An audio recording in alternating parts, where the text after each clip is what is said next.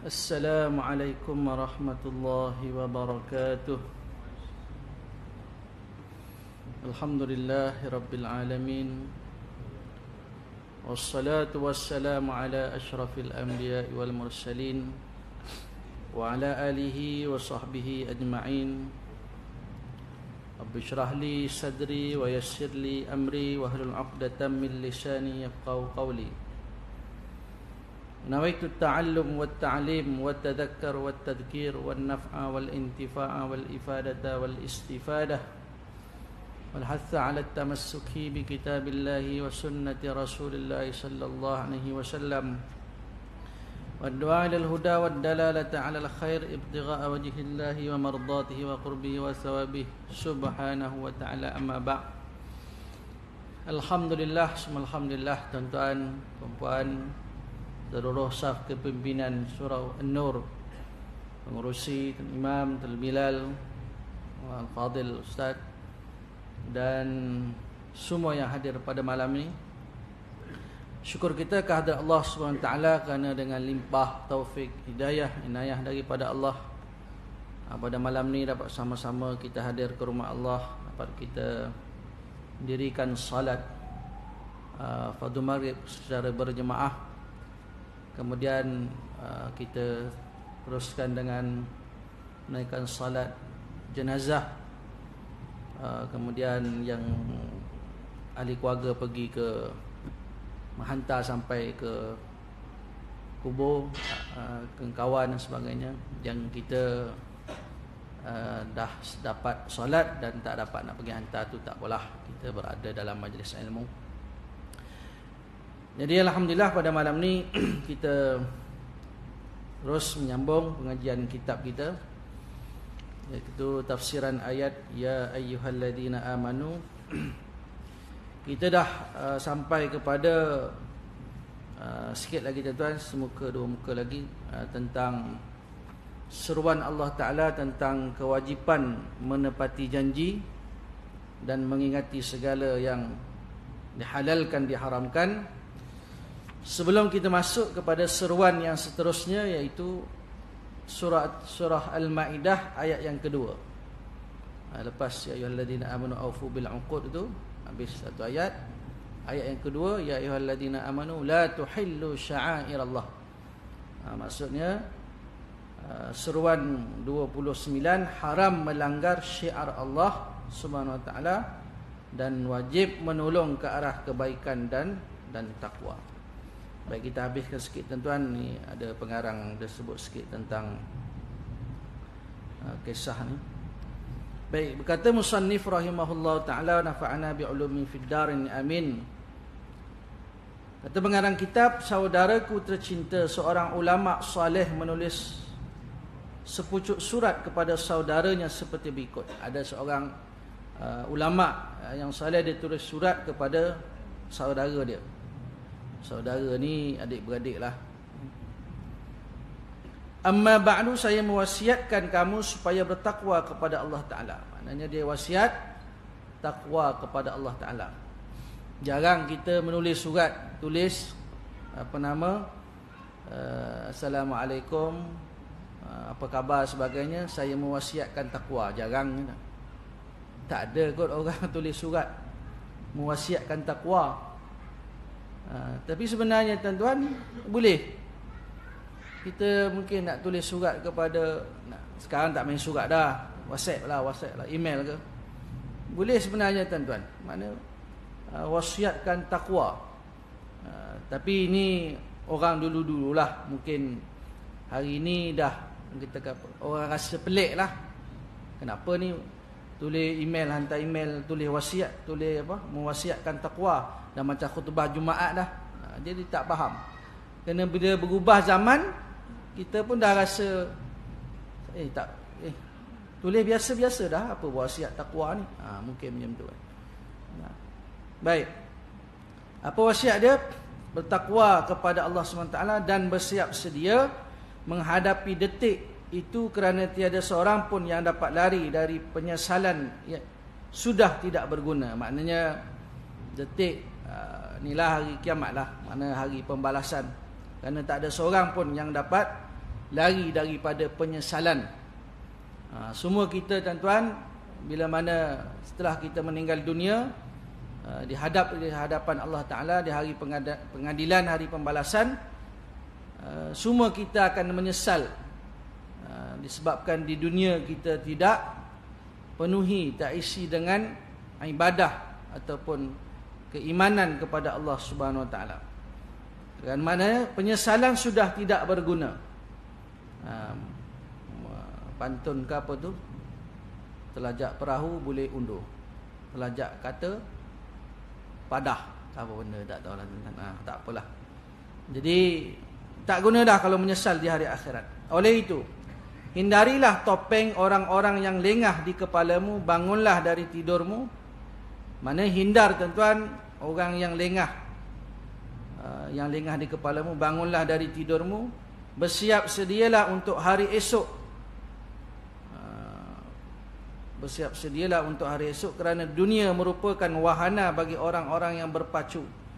Dunia ni tuan-tuan, dia hanya perantaraan je. Janganlah terpedaya dengan mereka yang memperlihatkan amalnya sibuk dengan kulit dan meninggalkan isi. Ini maksudnya orang yang beramal tapi tidak ikhlas. Amalan ni tuan-tuan, kalau kita belajar kitab tasawuf, banyak sifat yang membinasakan kita, merugikan kita. Malah tuan-tuan, di dalam memuji seseorang pun dilarang juga memuji. Pujian yang berlebihan. Antaranya apa?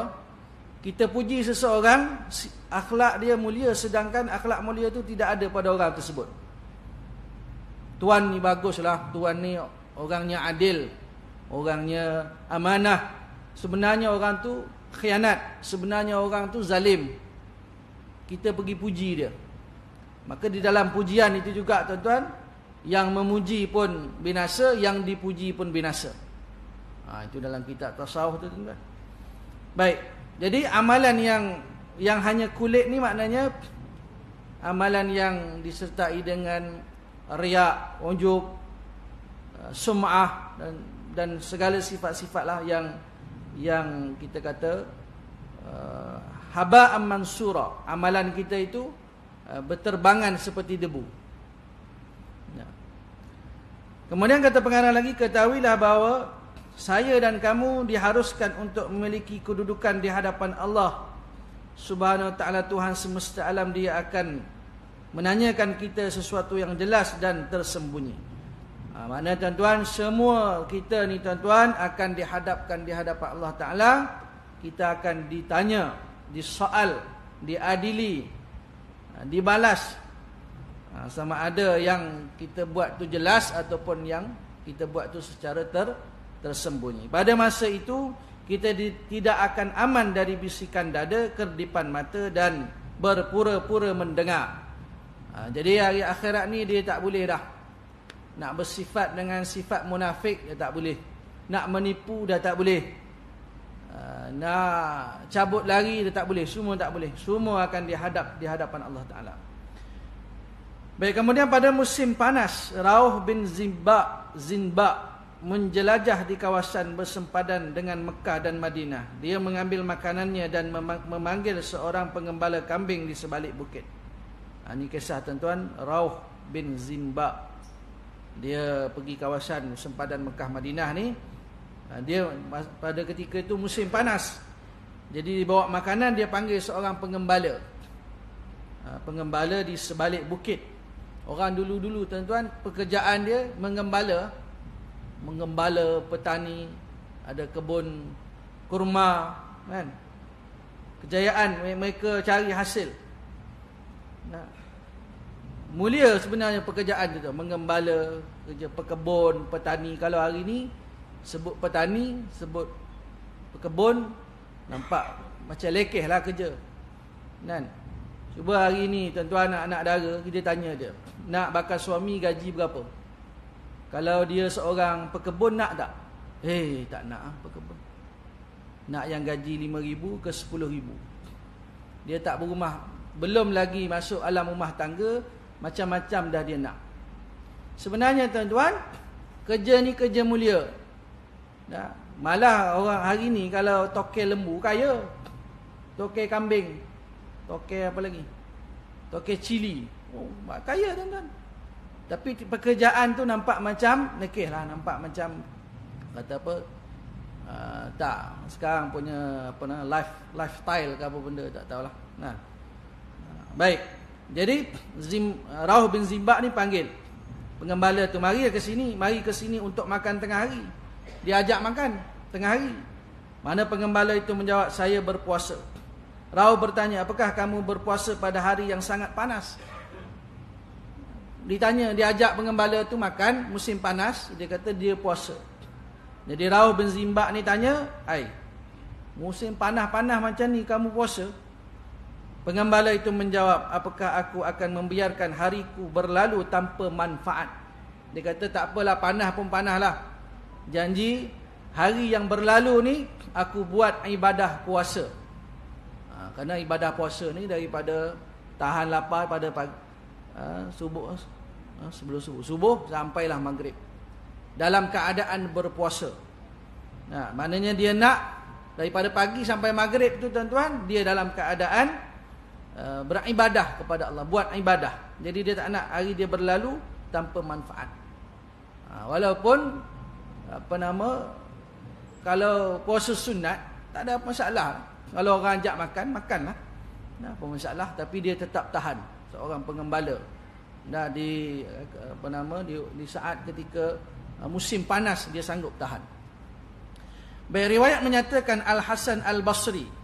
Hasan Al-Basri ni seorang yang hebatlah tuan-tuan. Rahimahullah ta'ala melihat seorang lelaki ahli ibadah dan bertanya, wahai hamba Allah, apakah yang menghalangmu untuk bergaul dengan manusia? Hasan Al-Basri ni rahimahullah ta'ala, dia tanya kepada seorang lelaki, dia ni ahli ibadah. Maka dia tanya kepada dia, wahai hamba Allah, apa yang menghalang kamu ni hidup bermasyarakat, bergaul dengan orang? Lelaki itu menjawab, manusia tidak menghalangku. Dia kata bukan manusia menghalang dia daripada bergaul, bercampur dengan masyarakat ni. Al-Hasan bertanya, apakah yang menghalangmu untuk menghampiri Al-Hasan? Kemudian Hasan Al-Basri tanya lagi, apakah yang menghalang kamu ni nak menghampiri saya, maknanya menghampiri Al-Hasan Al-Basri? Lelaki itu menjawab, Al-Hasan tidak menghalangku. Al-Hasan bertanya lagi, lalu apa yang menghalangmu daripada Al-Hasan? Lelaki itu menjawab, sesungguhnya aku memasuki waktu pagi dan petang di antara dosa dan kenikmatan. Oleh itu aku memilih untuk menyibukkan diri dengan memohon ampun ke atas dosa dan bersyukur kepada Allah SWT ke atas nikmatnya. Hasan Al-Basri tanya kepada seseorang, dia ni ahli ibadah. Macam kalau kita tengok seseorang tu tak bercampur dengan orang. Solat sunat, lepas solat sunat tak peduli orang, lepas ni macam tak mesra lah kita kata. Jadi Al-Hasan Al-Basri rahimahullah ta'ala tanya, kamu ni tak bergaul dengan orang, dengan saya pun kamu tak dekat, kamu ni dah kenapa? Jadi kata dia apa? Dia kata bila mana masuk, mana waktu pagi, waktu petang ni, kita ni antara dosa dengan kenikmatan. Kita dua aja, sama ada kita buat ibadah dapat pahala, ataupun kita buat dosa, perkara yang sia-sia, fahsyat mungkar, kita dapat dosa. Mana antara pahala dengan dosa. Sebut sini dosa dan kenikmatan. Tapi kerana dia milih apa tuan-tuan? Dia pilih menyibukkan diri dia dengan memohon keampunan kepada Allah Ta'ala dan bersyukur kepada Allah Ta'ala di atas nikmatnya. Baik, Al-Hasan berkata, pada pendapatku engkau lebih faqih berbanding Al-Hasan. Hasan Al-Basri rahimahullah kata, orang ni ahli ibadah ni, dia ini lebih faqih berbanding dengan aku. Kata Hasan Al-Basri rahimahullah ta'ala. Baik, pengarang tutup dengan doa sikit. Wahai Tuhan, cukupkanlah kami dengan kehalalanmu berbanding keharamanmu. Ini doa Arab dia tu. Saya pun tak ingat doa tu. Kalau sebut boleh berbelit-belit lidah, tak masuk. Kau tengok Syekh Google ingat bunyi al-halal al-haram, bunyi-bunyi macam tu sikit. Sebab saya tak baca doa tu. Tapi saya dengar, saya faham, saya tak ingat doa tu. Maknanya kita minta pada Allah cukupkan kami dengan yang halal berbanding yang haram. Dan anugerahmu dari sesiapa pun selainmu. Maknanya kita nak daripada Allah Ta'ala. Amman siwaka. Selain daripada Allah kita tak minta, kita tak harap. Kita hanya harap kepada Allah Subhanahu Wa Ta'ala. Hasbunallah wa ni'mal wakil. Baik, wahai Tuhan, kami mohon kepadamu kebenaran untuk beriman, keimanan untuk kebaikan akhlak, keselamatan yang diikuti, keberuntungan, rahmat, pengampunan dan keredaanmu. Wahai Tuhan, jauhilah kami dari kehinaan, perkenankanlah kami mengerjakan amal saleh. Tunjukilah kami dengan anugerahmu menuju jalan yang lurus, dan arahkanlah kami ke jalan yang benar, wahai Tuhan semesta alam. Jadi tuan-tuan, habis tuan-tuan seruan tentang aufu bil uqud, menunaikan janji. Baik, kita masuk tuan-tuan seruan yang seterusnya ke-29, haram melanggar syiar Allah SWT. Syiar ni maksud dia apa? Lambang lah, mudah kita faham, lambang. Syiar ni solat berjemaah, azan. Kata Ibnu Abbas, syiar Islam ni adalah manasik haji. Kemudian apa lagi tuan-tuan? Syiar Islam lah. Bila orang tengok, ini Islam. Solat air raya buat di padang. Maknanya supaya non-Muslim tengok, Masya Allah, Islam. Kalau mana musim haji di Arafah tu, berapa jumlah manusia yang berada di padang Arafah tu. Kalau kita tunjuk pada orang kafir, terkejut je. Tak ada agama lain yang berkumpul seramai ini dalam satu, kena bermalam di situ dan sebagainya. Baik. Dan wajib menolong ke arah kebaikan dan takwa. Baik, saya berlindung kepada Allah SWT dari segala godaan syaitan yang terkutuk. Kita baca tuan-tuan, ayat ni agak panjang sikit kepada terjemahan, kemudian kita tengok keterangan dia insya-Allah. Masa ada lagi sikit tuan-tuan. Baik, a'udzubillahi minasyaitonir rajim. Bismillahirrahmanirrahim. Ya ayyuhalladzina amanu la tuhillu sya'airallahi wala asy-syahral haram wala al-hadiya wala al-qala'id wala aminal baital haram yabtaghuna fadlan min rabbihim wa ridwana.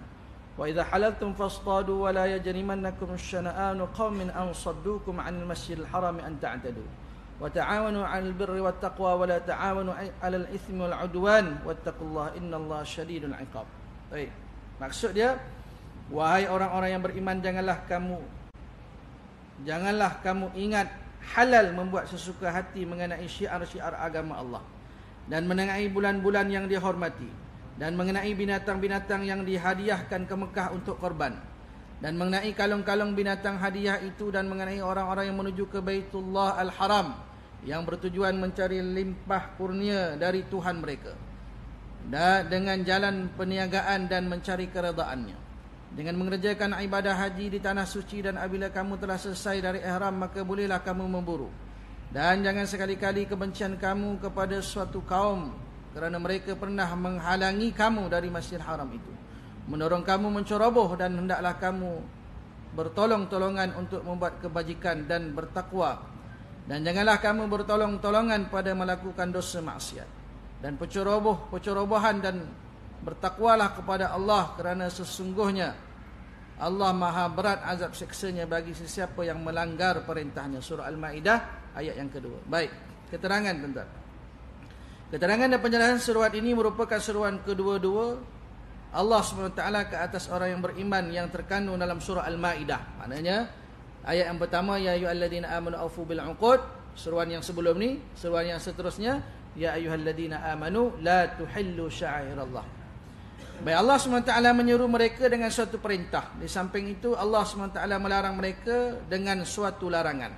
Baik, ayat pertama, aufu bil uqud, tunaikanlah janji. Ayat yang kedua surah Al-Ma'idah, ya ayyuhalladzina amanu la tuhillu sya'airallah. Ayat pertama perintah, ayat yang kedua larangan. Oleh itu perhatikanlah wahai mukmin yang beriman kepada Allah Ta'ala dengan sebenar-benar keimanan. Renungkanlah undang-undang Rabbani yang dibacakan kepadamu. Renungkanlah. Maknanya Al-Quran ini kita kena tadabbur. Afala yatadabbaruna Al-Quran. Kalau tuan-tuan suka tadabbur, tuan-tuan cari dekat YouTube tu, tadabbur Al-Quran. Kalau boleh tuan-tuan pilih ustaz-ustaz yang dia tulis kat papan. Tulis kat papan dia lebih kita dapat ilmu tu lebih sikit, kita ingat sikit sebab dia tulis. Aufu bil uqud, aufu tu tunaikan janji.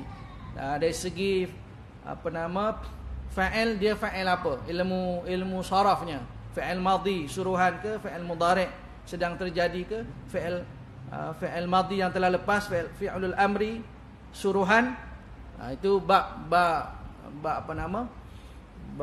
ilmu saraf. Kemudian masuk pada ilmu nahu, aufu. Aufu tu maknanya jamak, dia suruh ramai. Aufu bil uqud. Jadi banyaklah nanti dikaitkan dengan ayat-ayat yang lain dan sebagainya. Untuk tuan-tuan dapat lebih ilmu dari segi tadabbur Al-Quran itu. Dan diwajibkan ke atasmu untuk mematuhinya. Tuan-tuan, perintah yang wajib. Biasa dalam Quran Allah berfirman kutiba. Kutiba tu maksudnya diwajibkan. Kutiba alaikumusiyam, kutiba alaikumul qisas. Apa lagi tuan-tuan? Mana diwajibkan ke atasmu untuk mematuhinya. Hal ini mencegah kamu daripada mendapat siksaan yang pedih kelak. Apa sebab tuan-tuan? Kita wajib taat ni. Apa yang Allah perintah kena buat, apa yang Allah Ta'ala tegah kena larang. Apa sebab? Sebab innallah hasyadidul iqab.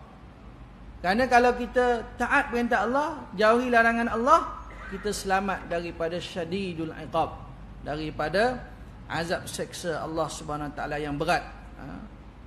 Berat azab seksanya. Baik, terdapat beberapa penting dalam seruan ini. Antaranya, ini beberapa penting tuan. Yang pertama, janganlah melanggar syiar-syiar Allah.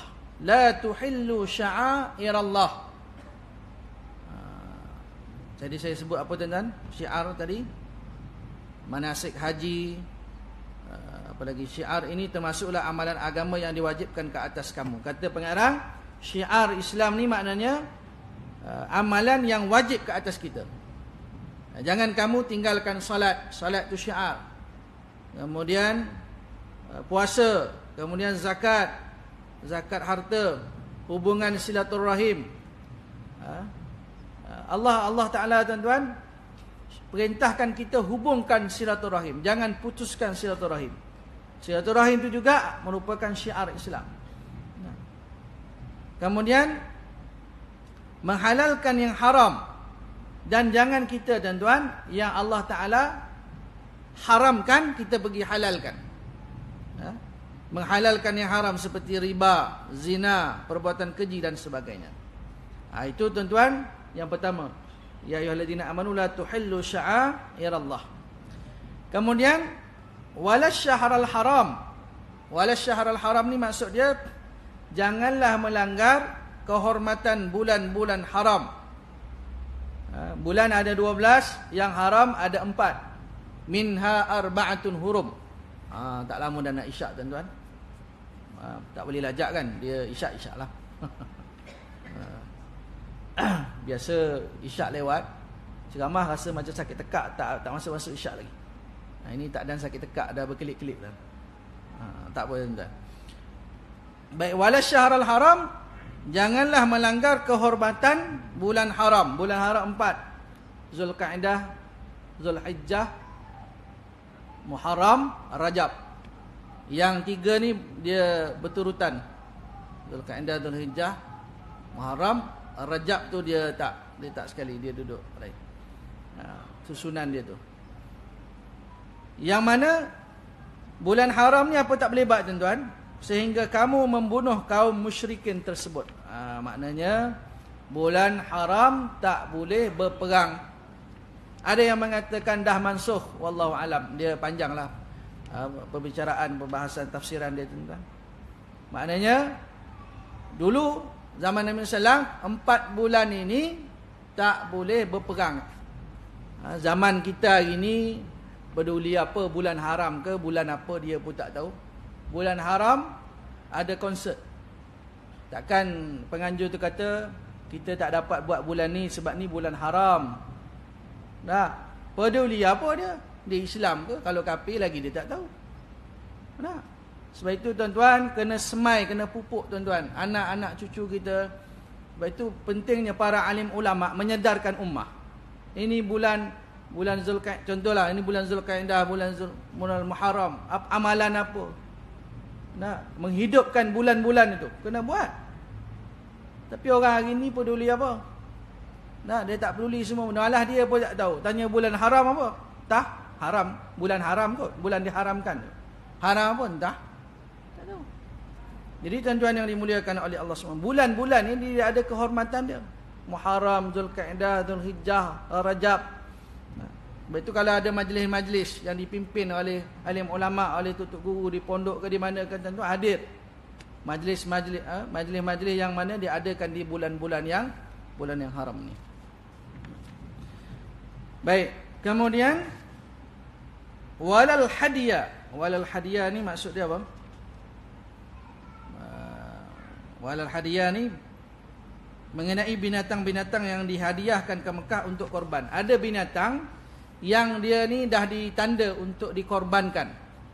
Untuk ayat korban tu jadi tak boleh pergi ambil apa nama binatang tersebut. Dia dah di maknanya booking siap-siap dah untuk korban.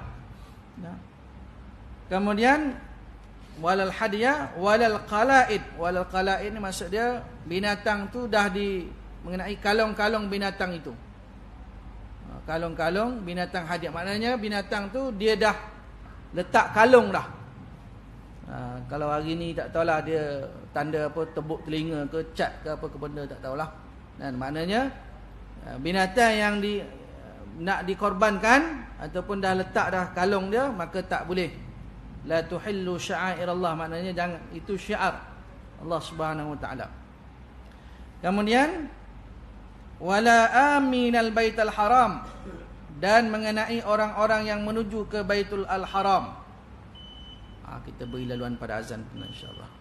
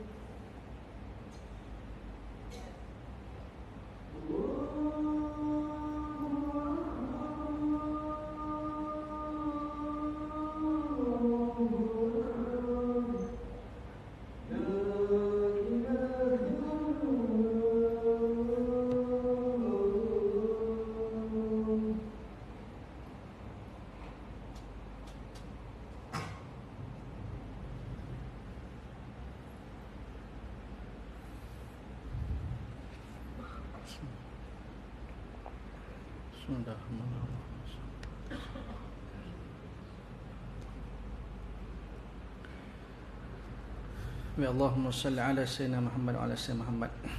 Baik, sikit tuan tentang wala aminal baitul haram.